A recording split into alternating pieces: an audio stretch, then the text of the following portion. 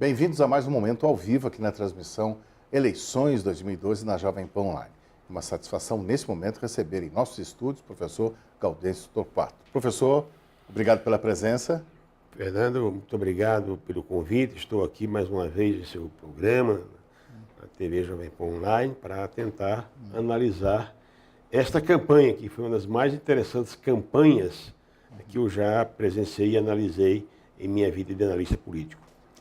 Foi um momento singular, porque o candidato que estava na frente das pesquisas, de repente, a candidatura dele desabou para terceiro.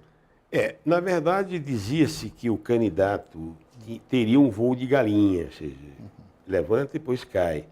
Ele continuou subindo, contrariamente às expectativas.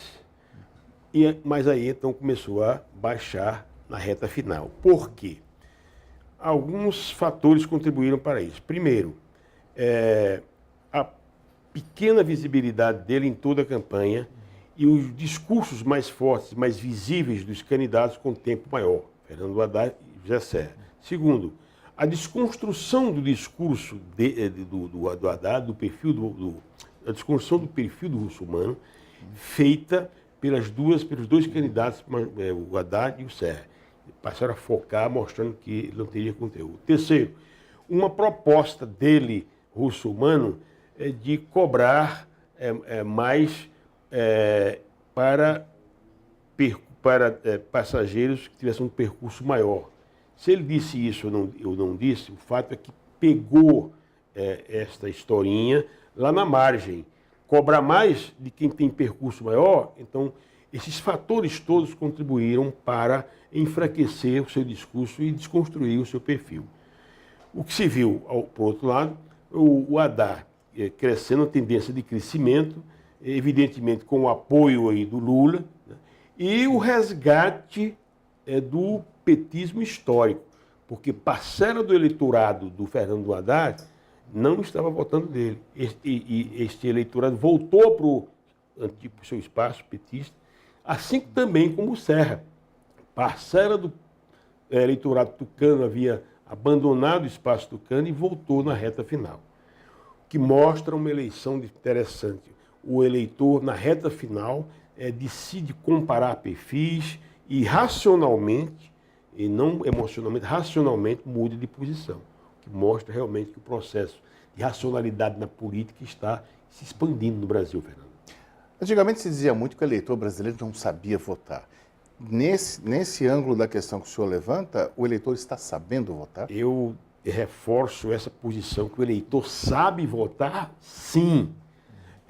Cada vez mais eu vejo, Fernando, crescer no Brasil o voto racional. Eu sempre digo que o voto no Brasil é um voto que obedece a uma geografia interessante. O voto começa na geografia, o voto começa no bolso. Bolso cheio significa geladeira cheia, estômago saciado, coração agradecido e a cabeça decide em favor daquele que patrocinou isso. Então, é pelo bolso. Mas eu sinto que este voto está cada vez mais subindo a cabeça, saindo do coração para a cabeça, voto racional. Então, o eleitor está sabendo comparar, é mais crítico, mais atento, acompanha a política de maneira mais intensa, pode não tomar decisões no primeiro momento. E mais, está mudando de posição, como você viu em São Paulo. O que significa realmente que nós estamos vivenciando um momento muito interessante na história das eleições do país. Isso é objeto de estudo, realmente, para o senhor, que é um especialista e um profundo conhecedor. Algo realmente aconteceu de novo em termos de política aqui. Sem dúvida. E para ajudar esse processo de racionalidade, seriedade, né, para ajudar, eu diria que os últimos tempos têm sido muito favoráveis para a disseminação de um discurso ético por conta do julgamento do mensalão pelo Supremo Tribunal Federal, que passa para a sociedade a imagem, né, de que não só os pobres são pegos pela justiça, mas os ricos também, os políticos também, políticos graduados também, significando, portanto, que a sociedade se impregna, toma um banho, vamos dizer assim, de ética, e isso ajuda a depurar o processo político. Nós estamos conversando aqui nos estúdios da Jovem Pan Online com o professor Gaudêncio Torquato. Também estamos acompanhando os resultados de todos os estados. As principais cidades, as capitais, os números que aqui estão chegando já finais. Esta foi uma eleição em que os números foram apurados muito rapidamente. Há cidades, realmente, por volta de 7 da noite, já se conhecia o prefeito, já se conhecia se havia segundo turno. As eleições, uma cobertura completa aqui na Jovem Pan Online. Nós voltamos a conversar com o professor Torquato. Professor, então realmente é o momento agora do segundo turno. O que acontecerá? Polarização novamente PT e PSDB. O que pode acontecer? Vamos ver lá. A campanha do segundo turno não apaga absolutamente, como se pensa, a campanha do primeiro turno. É uma continuidade. Só que é uma continuidade numa versão diferenciada, ou seja, você terá agora só 2 candidatos, o eleitor não vai se dispersar na sua atenção em relação a 8, 9 candidatos, vai se concentrar em 2. Os 2 candidatos terão o mesmo tempo de televisão e rádio, 10 minutos, portanto, e neste processo, eu diria que haverá condições mais interessantes para um julgamento pelo eleitor, um julgamento mais crítico. Ele vai comparar perfis, vai comparar programas, e eu diria então que ele vai decidir de acordo com propostas que atenderem de maneira mais direta às suas necessidades. Eu tenho sempre dito que São Paulo é uma cidade que agrega 10 grandes cidades dentro. E o eleitorado de São Paulo decide de acordo com as demandas que atendem de maneira mais imediata às questões regionais, dos bairros. Então, é a chamada micropolítica.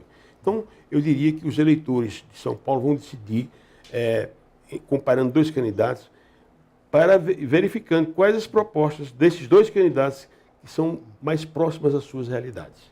Professor, para concluir, os institutos de pesquisas parece que não detectaram a tempo essa movimentação do eleitorado que resultou nesse segundo turno. Os institutos sempre dizem uma coisa assim, que nós flagramos o momento. E eles estão certos. O momento mudou, então tem sempre a desculpa de flagrar aquele momento. Digamos assim, eles não apontaram uma tendência de queda do russo-humano. Só nos últimos momentos. Eles já começaram realmente a mostrar uma tendência de queda nas últimas 2 semanas.